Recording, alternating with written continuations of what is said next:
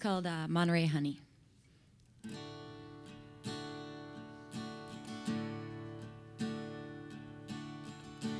We bought gas grills and stoves, 14 exit Congo Road. That was 4,000 miles from our natural home. And I laughed when he asked if he really looked good. I wish I had that one back, 'cause I'd tell him yes like nobody else could. Gone broke and time was our money. I gave it all to my Monterey honey. I learned about the great temptation. I'm lost where no one can find me. I think of him and my future's behind me. So now I'm back to join the great parade.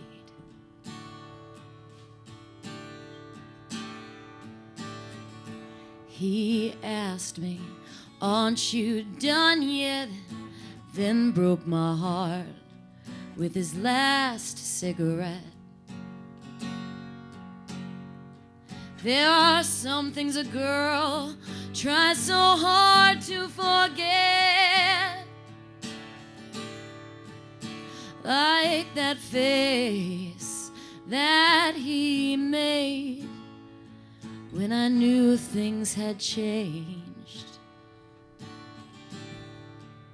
Now he's gone, I've marched on to some secret song that can't drown out his name. Gone broke and time was our money. I gave it all to my Monterey honey. I learned about the great temptation. I'm going where no one can find me. I think of him and my future's behind me. So now I'm back to join the great. I'm back to join the great parade. So now I'm back to join the great parade. Wow. Thank you.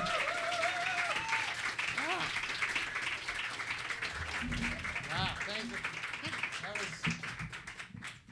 That was great. I have no questions. So you were just in this video that you did with Mick Fleetwood. Yeah. You went into Hawaii, where he is He lives fortunate there. enough to live, right? Yeah. And you had a conversation with him, and in it, you mentioned that people used to make fun of you because they said you had a voice like a goat. Yeah, they I thought don't- my vibrato what- sounded goatish. well, tell me about it. I don't understand that. We just heard that. I've heard goats. I don't see that. Like when I was growing up, I did a lot of musical theater, and you know the people that got all the gigs were the parts were the sopranos, you know, and so I had this like really belty, vibrating voice, and so they were like, you're never gonna get a part because you sound like a goat, and yeah, it worked out. So tell me about that video. It was produced by something called Cabo Wabo. Yeah, Cabo Wabo Tequila, you know, like Sammy Hagar's tequila. I like Sammy Hagar. Really? Well, I mean, I'm not saying anything about his music. I just like his tequila I like a lot. the way he conducts himself. Okay. I don't know how he can do that. I don't know. I don't know either. He get just to seems meet like a him. free spirit, which I'm not. So.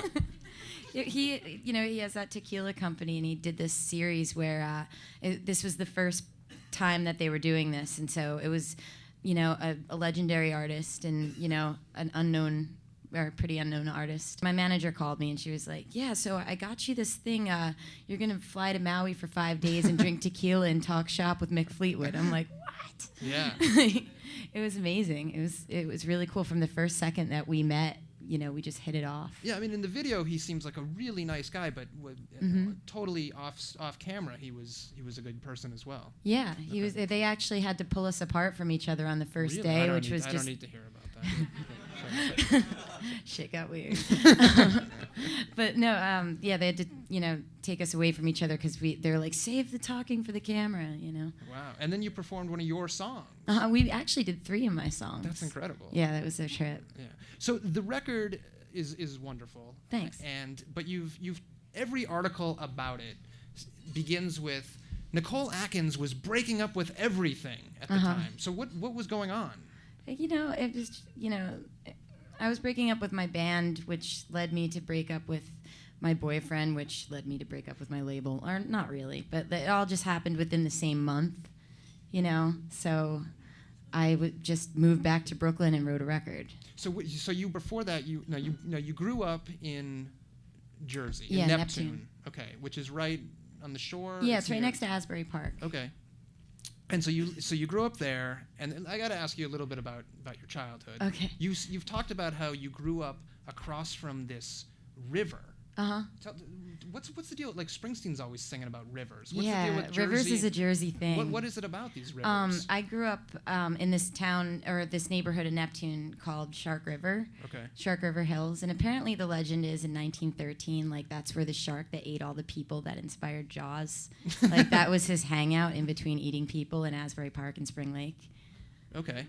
So. And the river was a big part of your childhood in some Yeah, ways? it was weird. I had this, we moved there when I was 7, and the very first day of moving in, I had a walk-in closet, and my dad was going in to shut off the light, and here's like the door hinge, and he takes his hand, and he's like, all right, and like, I thought there was somebody grabbing his head.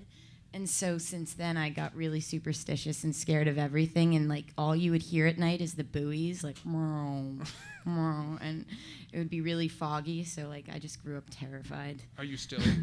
So, I mean, I still can't walk on the river like at night by myself. Yeah. Well, that might be just sensible. No. Yeah. Okay. Well, I mean, I don't think you're gonna really get attacked by anything living. That's true.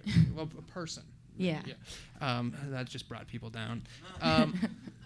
You've also talked about how you were a bad kid who never got caught. Oh, where did you read that? In like 1993 article? No, I don't know. Yeah, I guess so. No, you didn't say that? You said it. I was. I just don't know where I said it. I have the LexisNexis search on my computer at home. Yeah, no, I was the kid that facilitated all of my friends to do things that their parents would disapprove of, but I never got caught. So give me a good example. Like, okay, my parents, the main focal point of our house is our bar. So like instead of a living room, we just have a full service bar. So I would go in there and like, take half of the Chivas or the Hennessy. Like we were like 15 and drinking Chivas. It was gross, but we're like, but and so I always played guitar, so I would just fill up my guitar with booze. wait, what do you mean? You just poured the guitar case. Oh, I would just leave the guitar at home and just like come over for the sleepover and be like, yeah. You wouldn't put the bottles in. You'd pour the alcohol into the case? I'd put the bottles. Okay, all right. I'd put them in Snapple Snapple bottles and put them in the case and then bring them to the. All right, I understand. So then you're just lapping up the guitar. Yeah. The only time I ever got caught was in my closet I had this old toy box, and we used to put all of the empty bottles in there, thinking my mom will never go into the toy box that I had when I was 5. And I had a gig, and I was like, Mom, I can't find my capo, which is this thing. And she was like, oh, let me help you find it. And she's like going to my room. I'm like, no, I can get it. And she goes in my closet with two garbage bags. She's like, do you want me to do your recycling? And I was just like, Why didn't you just so these were the bottles you would fill up with alcohol. You just kept them around for that purpose. No, these were just empties. So as why we got why didn't older. you throw them out? I don't know, because we were afraid of them seeing them. Sure. So when did you get when as a kid? This is so long ago. Yeah, when as a kid did you get into music? I got into music when I was really little, like when I was 7. And when did you know I have a voice that is capable of doing amazing, no, of being a singer? I always did musical theater and was, really into rock music from an early age. Like I was into Traffic and Joe Cocker and stuff like that. And when I was a senior in high school, we were doing Jesus Christ Superstar, and none of the boys could sing the Judas part. It was just really, and so I walked into the audition with a beard, like a fake beard on.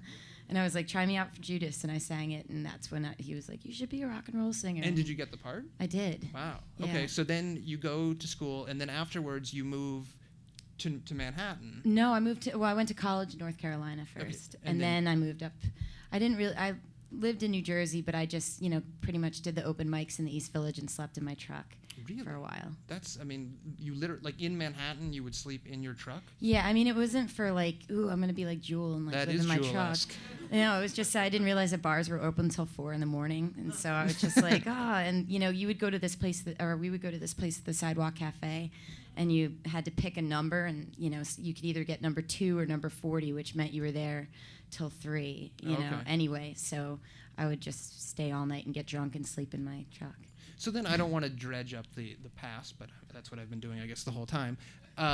You sign a deal with Columbia.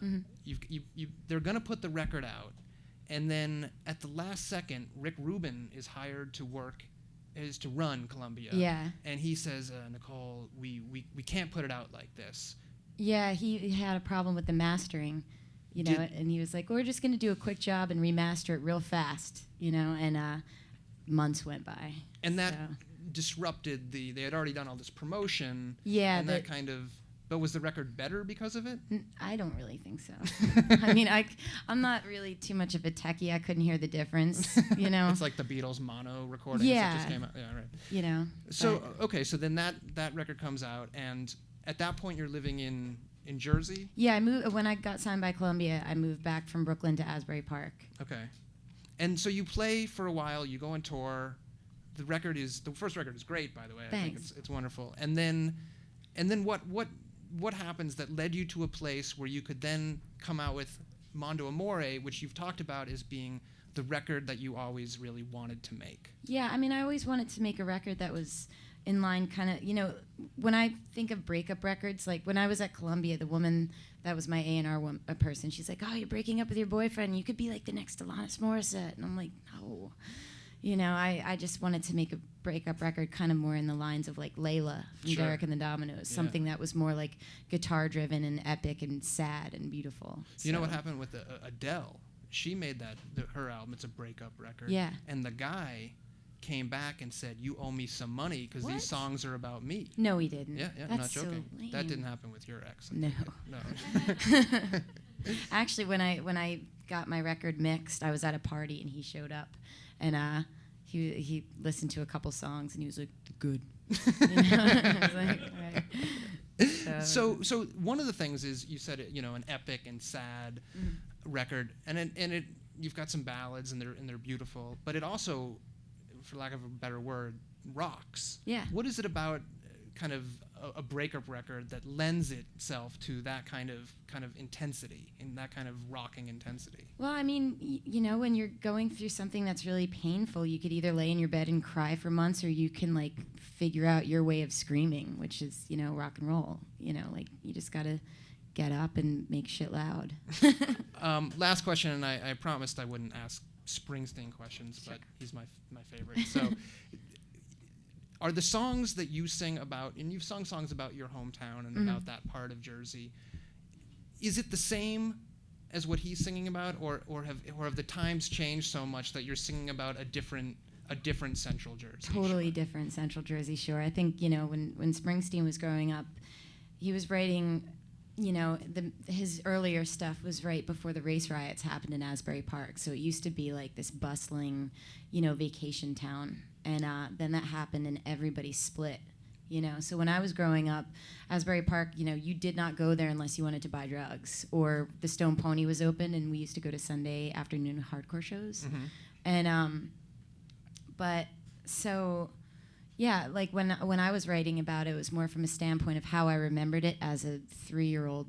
I remember shit as a 3-year-old because they still had the palace. It was right when everything was starting to break down. And it was like this beautiful, magical place, you know. And then it was this really scary place, but it was a place that we always wanted to go to, you know. And as when I graduated college, a bunch of my friends bought these 2 buildings on this one street and opened these art galleries. And so we would like bring a keg out and play wiffle ball on the street, and the cops would just be like, "Watch out for buses," you know, like it was Dogtown. And so these galleries started becoming really successful with, you know, the youth and the gay culture, and like everybody just moved in and made it really nice, and now it's like really bustling again. Oh, really? So it's back too. Yeah. Do you ever think about moving back? And no, I like to visit. Yeah. You know, I moved back here 2 years ago, so you know, I'll probably end up moving back there at some point. But well, will you send off the show with another song? Sure. All right, Nicole Atkins, everyone.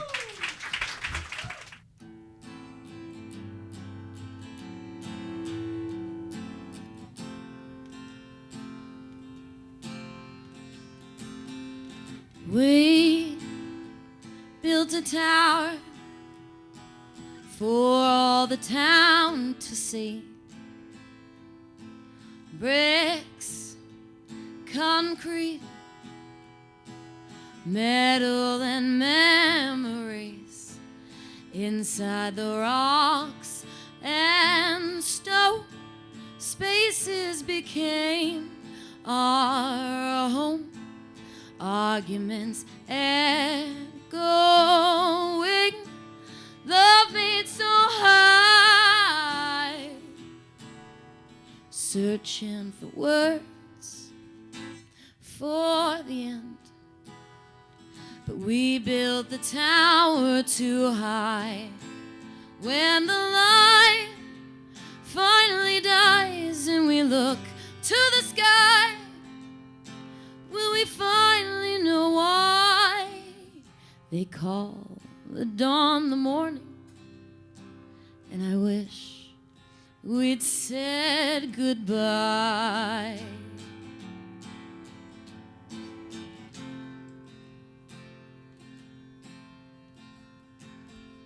Years flying by, trapped all alone in the sky.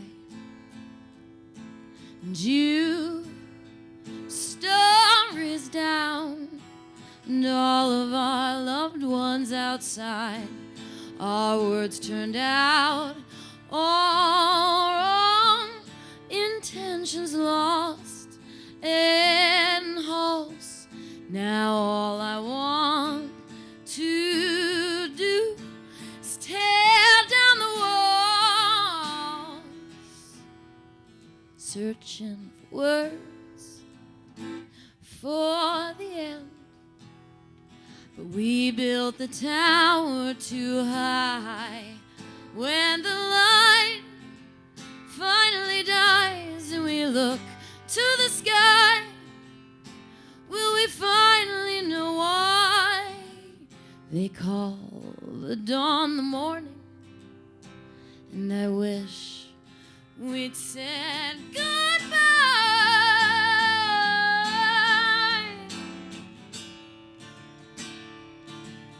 Oh,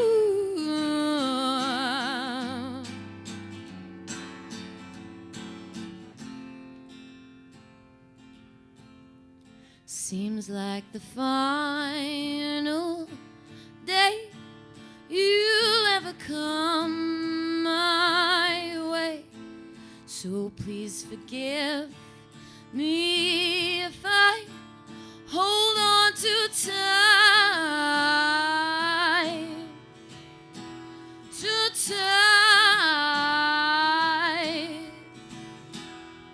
time, time, time. There's a tower, there's a tower, there's a tower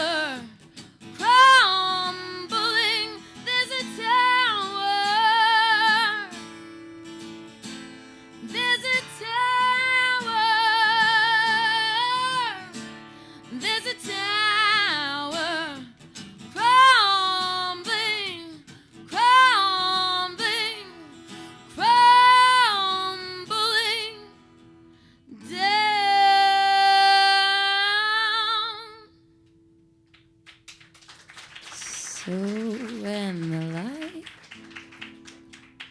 finally dies, I'll know the answer to why they call the dawn morning.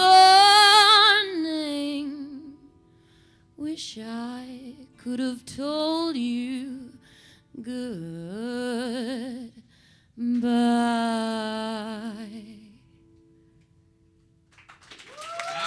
Thank you. Wow. Nicole Atkins, everyone.